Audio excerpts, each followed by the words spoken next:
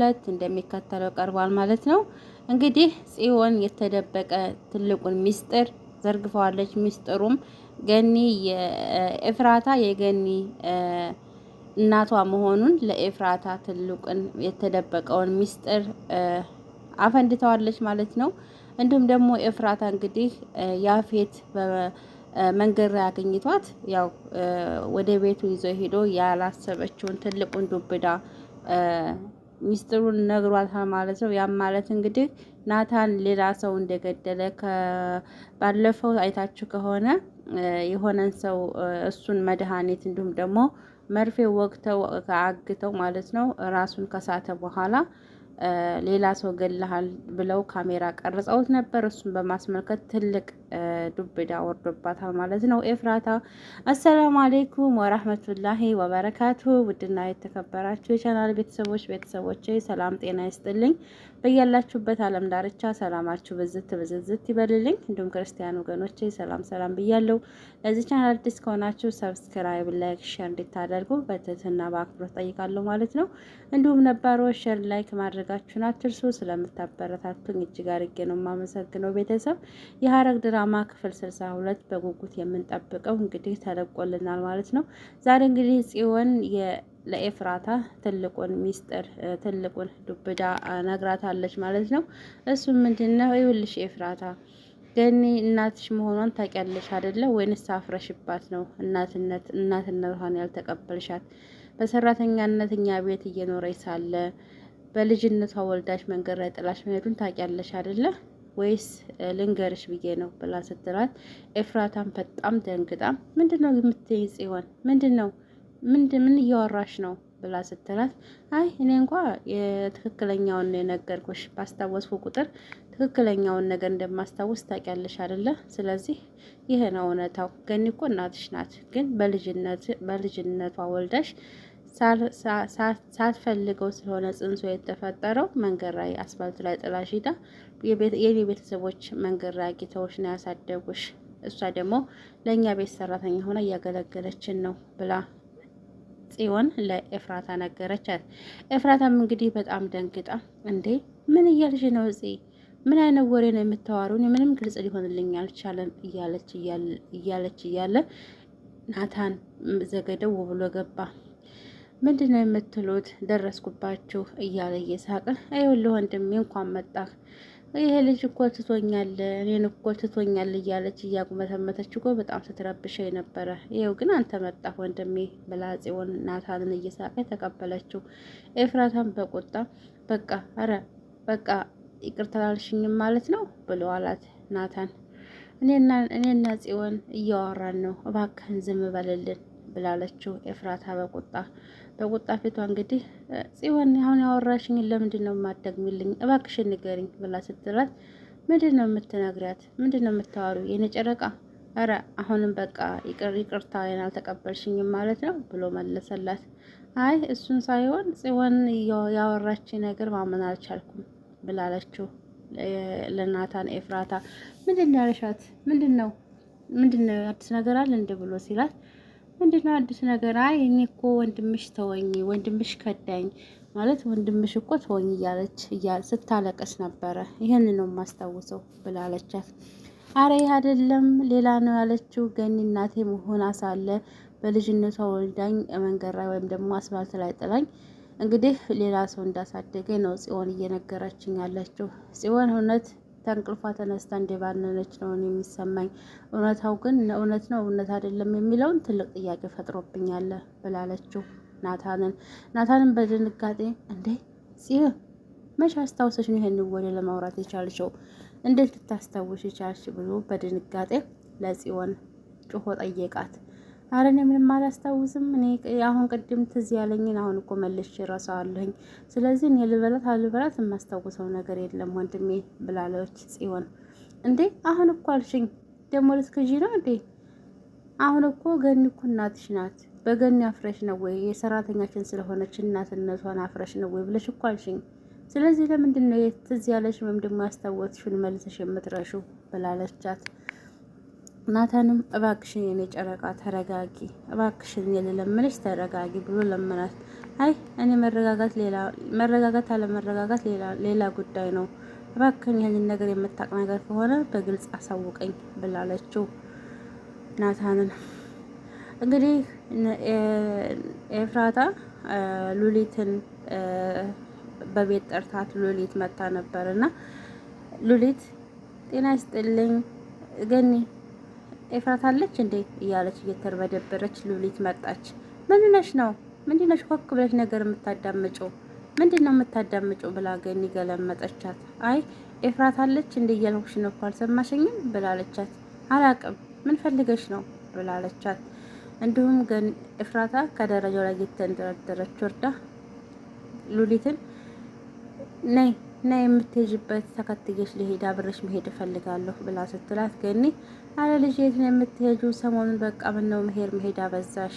አሁን የት ነው የምትሄጂው አለ ሰዓት ብላለቻት። አይ ገኒ የምሄድበት መንገድ አለኝ፣ ስለዚህ ከሉሊት ጋር የምሄድበት ቦታ ስላለኝ ደርሼ ልምጣ ብላለቻት በቁጣ። እንዴ ባለፈው ከናታን ጋር ባደረጉት ነገር ተቆጥታ ነው እንዴ ለናታን አዳልታለች ብላ ምን ነው የተቆጣችው ልጄ ብላ ገኒ በጣም ተገርማ በኤፍራታ ጉዳይ። ኤፍራታም ምድሮ አይደለችም ገኒን የሌለ ነው አስተያየቷ፣ ደስ የሚል አስተያየት ያየቻት የተለየቻት። ሉሊትን ነይ ተከተይኝ ያላ ተከተይ ብላ ከሉሊት ጋር ተያይዘው ወጡ።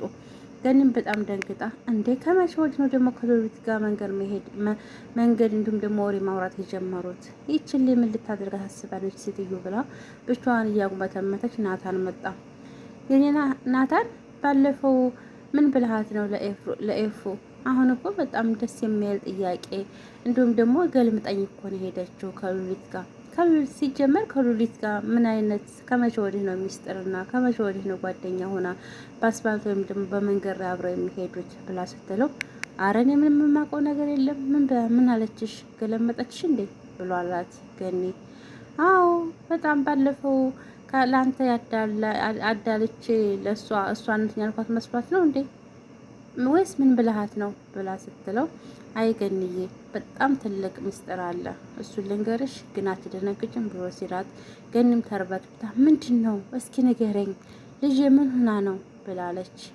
አይ ጽዮን የሆነ ሰዓት ላይ አስታውሳ ነበርና ባስታወሰችበት ሰዓት እንግዲህ ያስታወሰችውን ለኤፍራታ ለመናገር ተገዳለች። እሱ ምንድነው አንቺ እናቷ እንደሆንሽ በልጅነትሽ ወልደሽ አጥለሻት እንደሄድሽ ይህን ነገሮች ሁሉ በዝርዝር ለኤፍራታ አስረድታለች ብሎ አላት ለገኒ።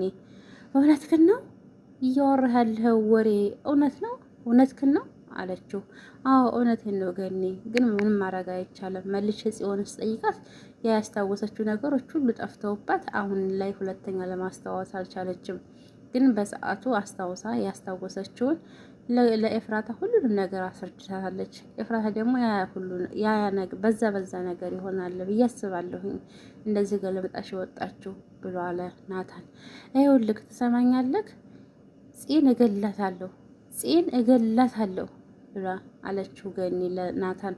እንዴ ገኒ ተረጋጊ እንጂ እንዴ ምን አይነት ወሬ ነው የምታወሩ? የምትናገራቸው ነገሮች እኮ እኔን እንደሚያሙ ታውቂያለሽ፣ እንደሚሰማ ታውቂያለሽ ብሎ አላት። አይ ይሰማህም አይሰማም ሌላ ጉዳይ ነው። ጽዮንን እገላታለሁ እያልኩ ነው እገላታለሁ ብላ ስትለው እንዴ እሷ ህመምተኛ እንዲሁም ደግሞ በአደጋው ምክንያት ብዙ ነገሮችን የረሳችው ትዝ በሚላት ሰዓት ነገሮችን ሁሉ እንደማትቆጣጠር እዚህ ያላት ሁሉ እንደምታወራ ዶክተሩን እንደነገረኝ አልነገርኩሽም እንዴ? ምንድን ነው ስለ ጽ አዲስ ነገር የሆነብሽ ነገር አለ እንዴ ብሎ አላት ገኒን ናታን። አይ እንዴት ትዝ ቢላት ይሄንን ወሬ ልታወራ ትቻለች? እንዴት ብሎ ይሄ ወሬ ይወራል እያለ ገኒ አይ ገኒዬ አይደለም ጽዮን በእርግጥ ትዝ ሲላት ዝም ማለት ወይም ደግሞ የመቻሉን ነገር አትቋቋመውም።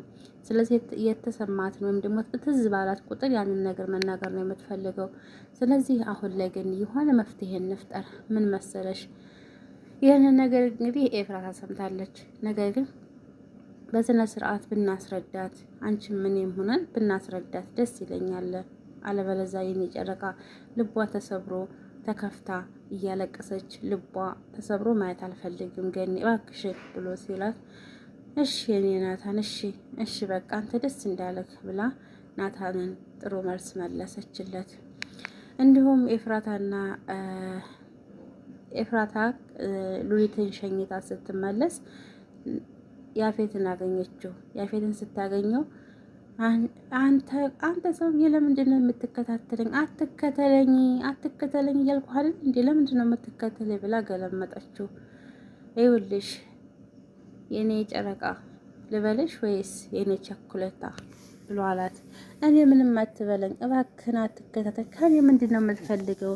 ከኛ ምንድን ነው የምትፈልገው? ከናታን ምንድን ነው የምትፈልገው ብላ እያለቀሰች ተማጸነችው። ከናታንማ የምፈልገው ነገር አለኝ ካንቺ አንቺነትሽን ብቻ ነው የምፈልገው። ከናታን ግን ብዙ ነገሮች የምፈልጋቸው ነገሮች አሉ ብሎ እየሳቀ የመኪናውን ቁልፍ እያውለበለበ እሷን መናገር ጀመረ። ምንድነው እሱ ምንድነው? እኔ ፈጽሞ ካንተ ጋር እንደማልሆን እንኳን አይደለም ካንተ ጋር መሆን ቀርቶ አይደለም አብሬህ ለሰከንድ ወይም ደግሞ ለደቂቃ አብሬህ መቆም አልፈልግም። እንኳን መቆምና መሄድ ሳይሆን በአንተ በሄድክበት መንገድ ወይም ደግሞ አንተ በሄድክበት አስፋልት መራመድ አልፈልግም። ይገባሃል? አንተ ሰውዬ ተፋታኝ፣ አንተ ሰውዬ ተፋታኝ እያልኩ አይገባህም? አማርኛ አይገባህም እንዴ ብላ እየገለመጠች ያፌትን ተናገረች። ይኸውልሽ አንድ ነገር እንገርሽ፣ ትልቅ ሚስጥር አለ። መኪና ውስጥ ትገቢያለሽ ወይስ አትገቢም ብሎ አላት። የት ነው የምገባው? አልገባም። ጭራሽ አንተ ጋር ነው መኪና ውስጥ የምገባው? አልገባም እያልኩ ነው። ትሰማኛለህ? አልፈልግህም፣ አትከተለኝ እያልኩ ነው ብላለችው ኤፍራታ። አይ እሱ እንኳን ወደድሽም ጠላሽም አንድ እርምጃ በተራመድሽ ቁጥር ብዙ ነገሮች እንደሚከተሉሽ ታውቂያለሽ። አሁንም ለአንደዚህና ለመጨረሻ ጊዜ አስረግጬ ነው የምነግርሽ። አሁን በመኪና ውስጥ ገብተሽ ትልቅ መረጃ ወይንም ደግሞ በጣም አስፈላጊና አንገብጋቢ የተፈጠረ ነገር ስላለ ማየት የምትፈልጊ ከሆነ ነይ አብረሽ ተከትለሽ ነይ ግቢ ብሎ ሲላት፣ እባክህ ምንድን ነው? እባክህ ናታን ምን አድርገህ ሆነው?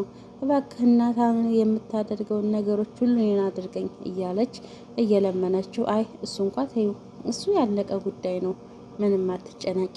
በቅርቡ እኮ የኔ ንግስት አድርጌ አብሬሽ ብዙ ነገሮችን አሳልፋለሁ፣ ይገባሻል ብሎ አላት እየሳቀ። አንተ ሰውዬ እባክህን ተፋታኝ፣ እኔ አልፈልግህም አልኩ አይደለ? ሰው ካልፈለገ ለምንድን ነው በግድታ ከአንቺ ጋር ለሁን ብለህም ድርቅ የምትለው አለችው። እንዲሁም እንግዲህ ኤፍራታ መኪና ውስጥ ገባች።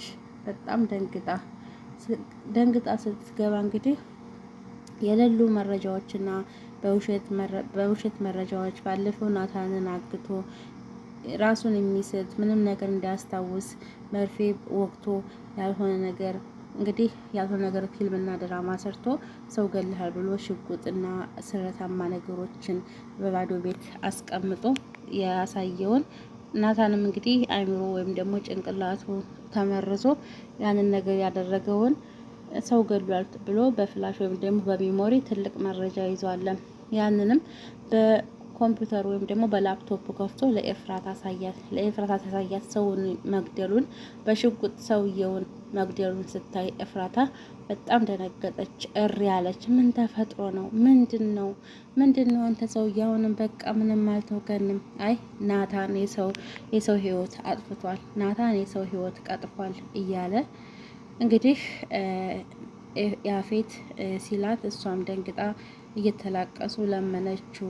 ምንድነው የሚሻለኝ? ምንድነው አድርግ የምትለኝ? እባክህን እርዳኝ እያለችው፣ አይ ናታን ማረሚያ ቤት ወይም ደግሞ እድሜ ልኩን እንዲታሰር ትፈልጊያለሽ አይደለ? እኔ አንቺን በቅርቡ ማግባት እፈልጋለሁ። እሱም ደግሞ እስር ቤት መበስበሱን ልነግርሽ ነው ይሁን የጠራሁሽ ብሎ አላት። ኤፍራታን በድንጋጤ ራሷን ሳተች። ውድና የተከበራችሁ የቻናል ቤተሰቦች የዛሬው የሐረግ ድራማ ክፍል 62 ይህንን ይመስል ነበር። በቀጣይ ክፍል 63 ይዘን እስከምንመጣ ድረስ ቸር ሰንብቱ። ቪዲዮ ላይክ፣ ሼር፣ ሰብስክራይብ እያደረጋችሁ አበረታቱን። በሌላ ቪዲዮ እስከምንገናኝ ድረስ ቸር ሰንብቱ። ሰላም አለይኩም ወራህመቱላሂ ወበረካቱ።